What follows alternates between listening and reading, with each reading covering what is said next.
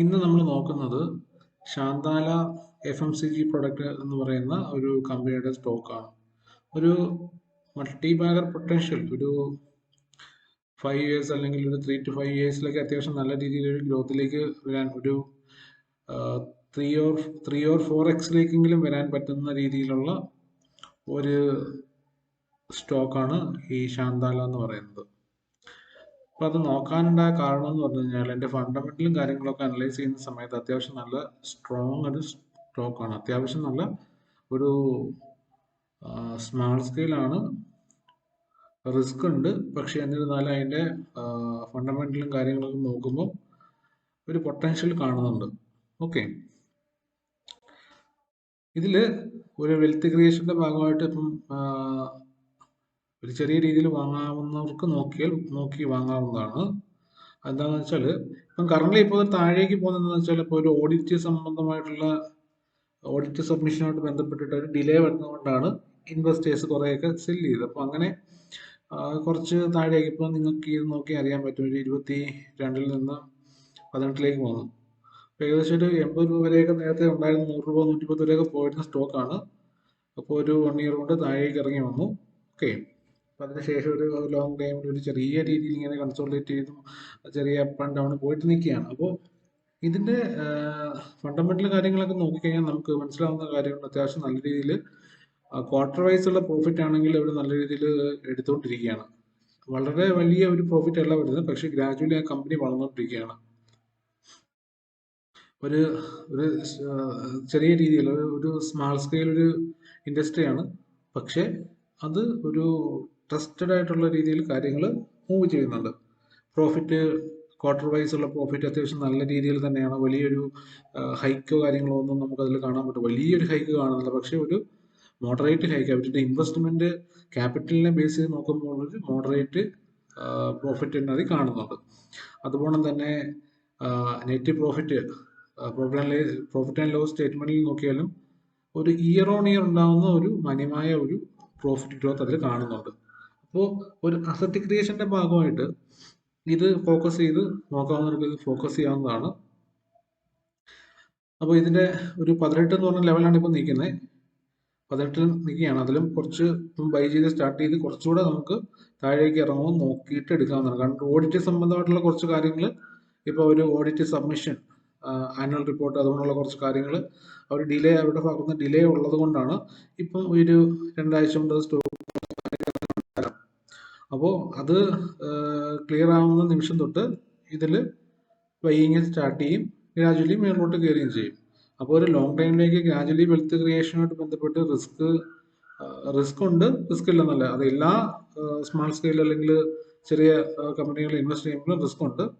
പണ്ട് ഈ പറഞ്ഞ ഹീറോ ആണെങ്കിലും അല്ലെങ്കിൽ ഇപ്പോഴത്തെ നിൽക്കുന്ന മൾട്ടി ഹൈവി സ്റ്റോക്കുകൾ പണ്ട് അവർ ചെറിയൊരു സ്കെയിലായിരുന്നു. അവരുടെ നിങ്ങൾക്ക് ഗ്രാഫ് നോക്കി അറിയാൻ പറ്റും. പണ്ട് തുടങ്ങിയ സമയത്ത് അവർ 40, 50, 100 രൂപയ്ക്ക് കിടന്നതാണ് ഇപ്പം 3000, 4000 കിടക്കുന്നത്. അപ്പോൾ ആ 100 രൂപ ഉണ്ടായിരുന്ന സമയത്ത് അന്ന് ഇൻവെസ്റ്റ് ചെയ്തവർക്ക് അന്ന് റിസ്ക് ഉണ്ടായിരുന്നു. ആ റിസ്കിനെ അവർ സ്റ്റഡി ചെയ്തിട്ടാണ് ഇൻവെസ്റ്റ് ചെയ്തത്. അപ്പോൾ ആ ഇൻവെസ്റ്റ് ചെയ്തതനുസരിച്ചിട്ട് വർഷങ്ങൾ കടന്നുപോയി, അത് മുന്നോട്ട് പോയി. അന്നത്തെ റിസ്ക് അവർ 100 ഇൻവെസ്റ്റ് ചെയ്തതിൻ്റെ 300 ടൈംസ് ആണ് അവർക്ക് കിട്ടുന്നത് ഇപ്പോൾ. അപ്പോൾ അതാണ് ആ റിസ്ക് നോക്കിയിട്ട് അതിൻ്റെ പൊട്ടൻഷ്യൽ ഉണ്ടോ എന്ന് സ്റ്റഡി ചെയ്തിട്ട് പറഞ്ഞില്ലേ, ഒരു സ്റ്റഡീസും വെറുതെ അല്ല, സ്റ്റഡീസ് ബേസ് ചെയ്തിട്ടാണ് ഇതിന്റെ മൂവ്മെന്റ് ഉണ്ടാവുന്നത്. അപ്പോൾ ബൾക്ക് ഇൻവെസ്റ്റ്മെന്റ് അല്ല, ഒരു ചെറിയ ഗ്രാജുവൽ ഇൻവെസ്റ്റ്മെന്റ് നടത്താൻ പറ്റുന്ന ഒരു സ്റ്റോക്കാണ് ഇത്. അപ്പൊ അതിന്റെ ഫണ്ടമെന്റലോട് നിങ്ങൾക്കൊന്ന് കാണിക്കാം.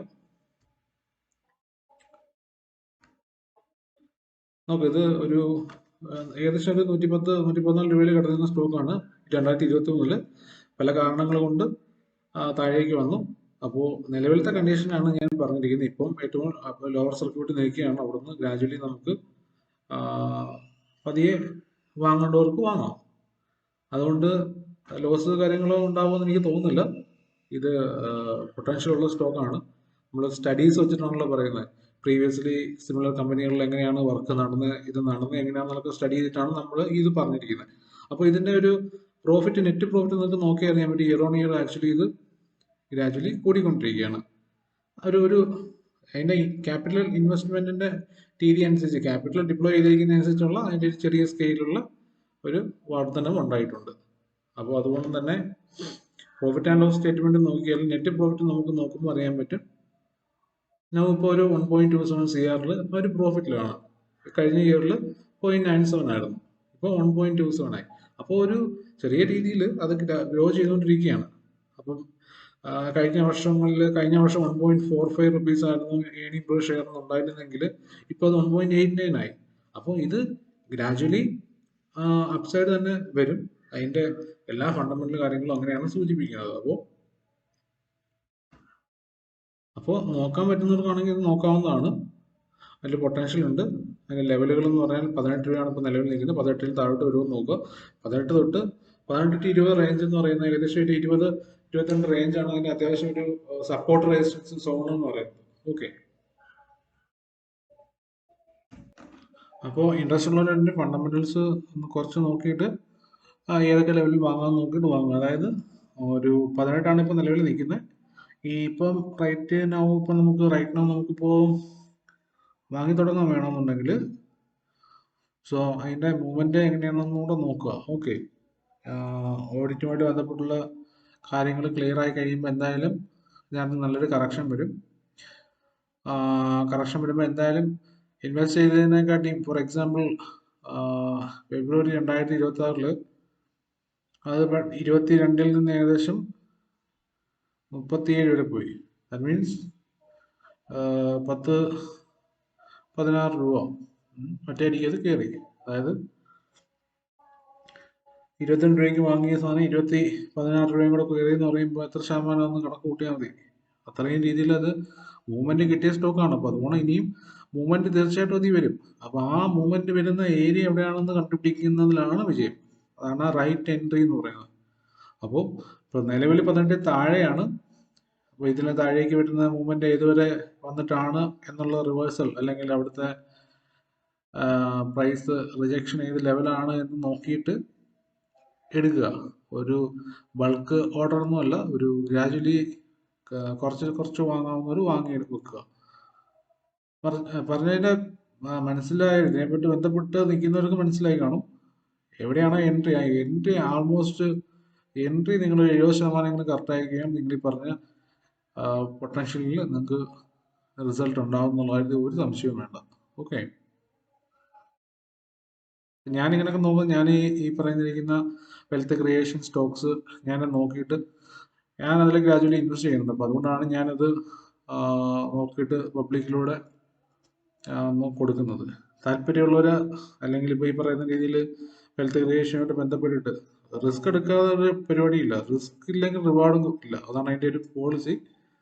റിസ്ക് ഉണ്ടെങ്കിൽ റിവാർഡും ഉണ്ട്. അതിപ്പോൾ ഓപ്ഷൻ ട്രേഡിങ്ങിലായാലും നോർമൽ ഉള്ള സ്റ്റോക്സിലാണെങ്കിൽ പല സ്റ്റോക്കുകൾ ഇപ്പോൾ ഓൾമോസ്റ്റ് എല്ലാം നല്ല ഗ്രോത്തിൽ നിൽക്കുന്ന സ്റ്റോക്കുകൾ നമ്മൾ കൊണ്ട് ഇൻവെസ്റ്റ് ചെയ്ത് കഴിഞ്ഞാൽ അതിനൊരു പരിധിയുണ്ട്.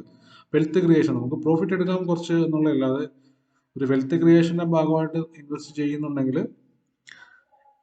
ഫണ്ടമെന്റൽ സ്ട്രോങ് ആയിട്ടുള്ള എൻട്രി കറക്റ്റായിട്ട് കിട്ടുന്ന ചെറിയ സ്റ്റോക്കുകൾ നോക്കി എടുക്കുകയാണെങ്കിൽ അതിലൊരു എന്താണ് പറയുന്നത് വെൽത്ത് ക്രിയേഷൻ ഉണ്ടാവും. ഓക്കെ, സോ ഇത്രയേ ഉള്ളൂ, നോക്കിയിട്ട് ചെയ്യുക. ഓക്കെ.